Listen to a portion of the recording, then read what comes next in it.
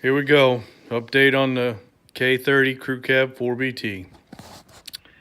I did a video earlier for the fan hub. Got it bolted on. It's dark at this section of the garage, but it's bolted on. I'm going to do away with the electric fan idea and run a fan clutch on it. Got that together. My biggest accomplishment in the past few weeks is here recently. I been pretty busy. Got the whole frame stripped down. Got the cab off of it. All of this I did myself. Asked several people about some ideas on how to tear it apart. And everybody kept saying to rent a high lift. Well, they're not cheap to rent. And I don't know, I like trying things. Talked to another buddy of mine and he was like, you could do it. Do it with some jack stands. So I did. I jacked the frame up, put it on jack stands, and moved it along. And just rolled it forward. I got the dualies off of it. I had the rear axle sitting on my jack. So I could get it going. I just got the bumper loosened up. But I had the dualies off with it down, and what I would do is move the jack stands forward to the middle, and then get the axle up to it, and then move the jack stands again by jacking it up. Wasn't that bad. The hardest part was this little 4-inch section right here. Few inches. I don't know how many inches exactly, but that was the hardest part. I think 3 hours is what I had in it from start to finish. I got the dual tanks off, got the cab unbolted, the bed was already off. So yeah, gave it a whirl. Tried it with jack stands. I figured the worst that can happen is the cab fall off. Wouldn't be ideal, but it would be what it is. But it didn't.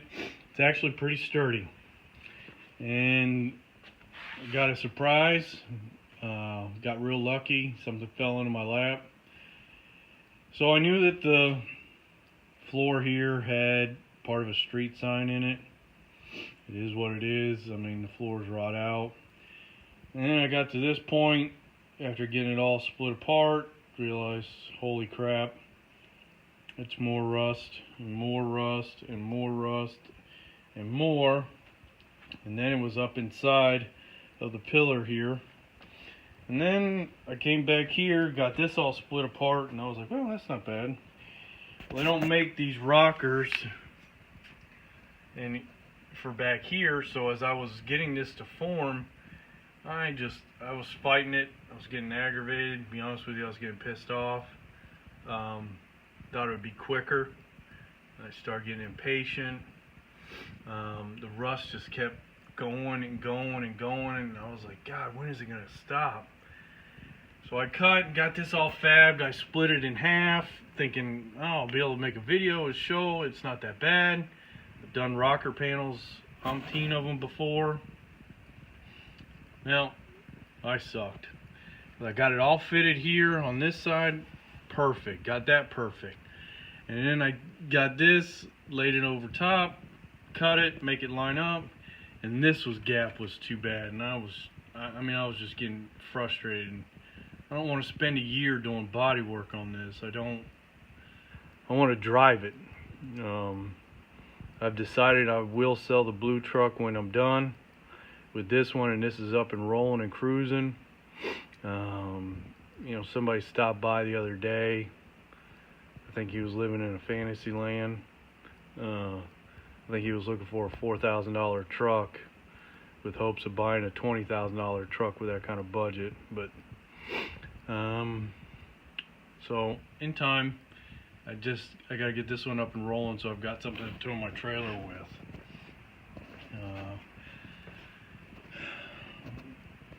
Pretty upset about the rust, I'm gonna be honest with you. My little brother, he was full of encouragement, and I can't thank him enough, but I was just getting aggravated more and more and more. So I just kept plugging away, And I said, well, the surprise landed in my lap that I had hoped for. So I started cleaning, and then I got to this section from about here, and you'll see, to here. Buddy of mine was trying to recommend an industrial paint that will, I guess, encapsulize, I don't know, basically kill the rust and then stop it from working again. It's a big word. I can't think of what the hell it is right now. So I wire wheeled from here all the way back to here to that exhaust bracket. I know when I start again, I'll go from here back and wire wheel the rest of that. But I literally put this on with a paintbrush, and it's Pour 15. It literally is like glass. It laid out so smooth. I was in disbelief. And somehow, I don't know what in the hell I did or what I moved, but sand got on top of it. It's not bad. I mean, you're not going to see the top of it, but I definitely want it from the leaf spring to leaf spring to be perfect. I just don't. I don't want any sand in it because it says you have to paint it. So what I plan on doing is pushing it outside, get the pressure washer out, and then I'm gonna pressure wash it to death with some Purple Power. Get it on there, let it soak. I got all the big chunks out of it, and see what happens. See how it goes. And my idea is I'm going to do the frame and the axles in a dark gray, not black. Not a big fan of black frames, but I want something to stick out, and do that. And obviously the leaf springs will be black, not these leaf springs because they're wore out, and you can use the term wore out loosely, but I guess I'll show you the surprise. I couldn't believe it came. I didn't think I'd find something like that, but here we go. Let the phone readjust. It is cold. I'm not going to be out here forever. Roughly 28 degrees. There's the blue one, and there is the new one. Inside the dualies, fenders is rotted. I do have another bed. It's red, which obviously I'll have to sand it, and you know, the whole 9 yards. And he hit it with his bush hog one day when he was bush hogging. This thing's been in a field since 2003. It is a 6.2 diesel with a cracked block. I really wanted these running boards. I was wanting to find a set anyways. And I wanted the bug screen. I like the way they look. Not everybody likes them, but I do. It has a factory Chevy simulators on it still. I know I can't use them on the front unless I do some work with them, but let's see what I can come up with. I don't know how they come apart. I've never worked on one of these trucks. They were before my age. It is a camper special. It does have the 11 pack leaf springs in it with the overload. But when you see the interior, yeah, it's covered in crap. It literally was plumb full. It's about here, full of crap all the way across it. The glove box is out of it. He said the heater core leaked, so they just bypassed it before they parked it.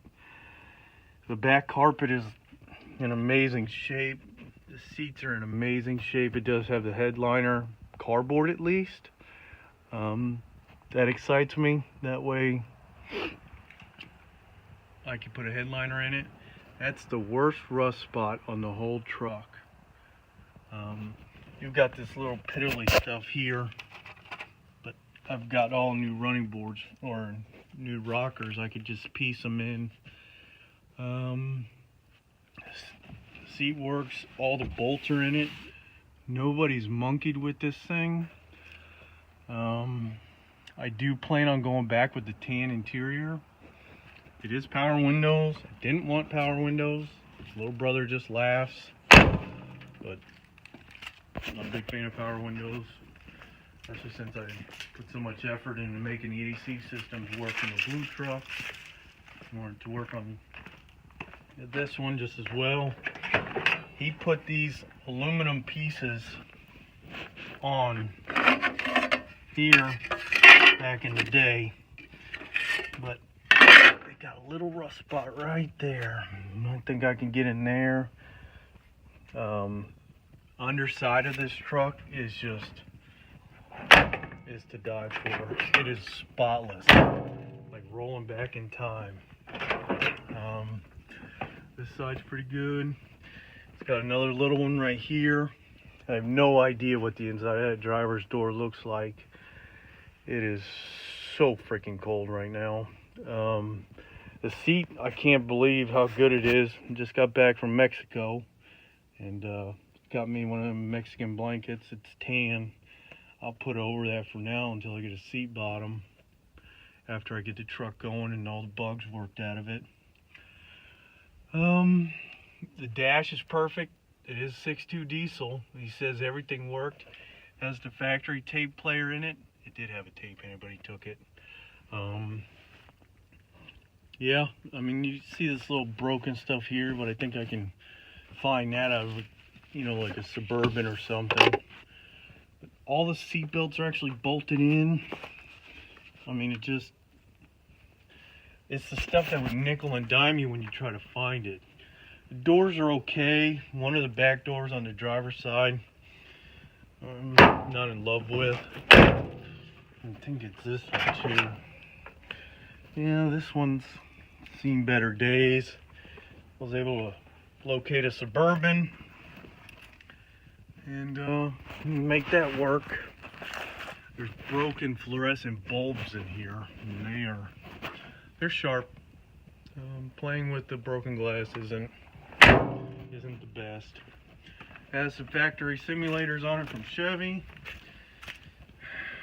Gonna try to use them. I don't know how I can make the front work with the locking hubs, but we'll try. Here's under the hood. It says it's cracked. Under the starter, I could care less. This will go for scrap unless somebody wants parts off of it. It is a hydraulic truck.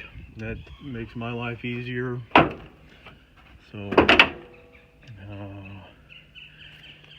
front end's in good shape. The bumper's in amazing shape. I mean, when I tell you there's like hardly no rust, I mean, I try to show the big rusted areas, but the passenger fender liner's in bad shape, but I have another one. I'm sorry if the phone's shaking, but it is just freezing out here. God, I need it to warm up so I can start painting. But I'm gonna have to move this truck over here, pull the bed, pull the cab, and then roll frames underneath it. The tailgate on this is almost perfect. It's got a dent right here, but I think I can make that work. The rear bumper's in great shape. I just can't be any happier. It's covered in mold. I mean, it's sat since '03. But I'm going to go inside. Can't even think right now. So, that's it. If I had to, I pick colors. So if I do the dark gray on the frame and the axle, and the concrete Toyota gray for the body with tan interior, let me know what you think on that. I'm interested to see, because I know I'll do the frame in dark gray, but if somebody has an idea for the body color to go with the gray interior, I just don't want to recover everything because it's so nice. I was hoping to leave it tan and brown, but I don't think I can go with that color on the outside. It's cool, and it'll wash and wax out, but I have too much primer and paint on stuff that I'm afraid it wouldn't color match well. So once I get it pressure washed and painted, I'll put that transfer case on. There's the bracket to make that transfer case work. Half tempted to pull the motor. I may have to take all the AC back off. It kind of pisses me off. I wish I didn't bolt it all the way in, but it is what it is. I mean, the trans-cross member's not in yet, which I don't have it bolted in yet because I could either bolt it in up top or down below. And I need to see what it's going to look like as far as my axle, you know, the drive shaft axle to transfer case angles. Because we'll get a 6-inch lift. Let's see. I don't know. I'm curious. But I'm ready. I'll spray the whole frame with purple power. Just a little bit of the harness is left on here. Not sure why the other tank didn't work. I thought that the fuel lines were all monkeyed with, but they're actually in great shape. The driver's side was the only side that had hose clamps on it versus these constant tension clamps. So we'll see. I got a new transfer pump, fuel tank pump. I don't know what it's called, but I got a new one anyway. But that's it. Obviously, somebody took the good springs out of this. Hence the reason why there's brand new U-bolts on it, but it is what it is. If anybody could tell me what this is on a K30 crew cab long bed. I know it has to do with the braking system, but I don't understand what it's for. Like, does it lower it? Does it increase it? The rear brake pressure? Again, this is not from my era. I mean, I'm 40 years old, so I didn't work on these when they were new. So I don't know what it is. I'm curious to know. And then I gotta get rid of that homemade trailer hitch. And when I tell you it's rough with a capital R. I just don't understand what that is. I don't know. And it's riveted in.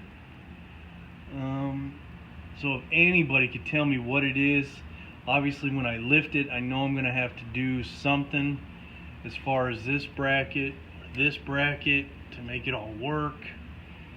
I don't know. I really don't know what it is. So, but the brakes did work on this truck when I drove it.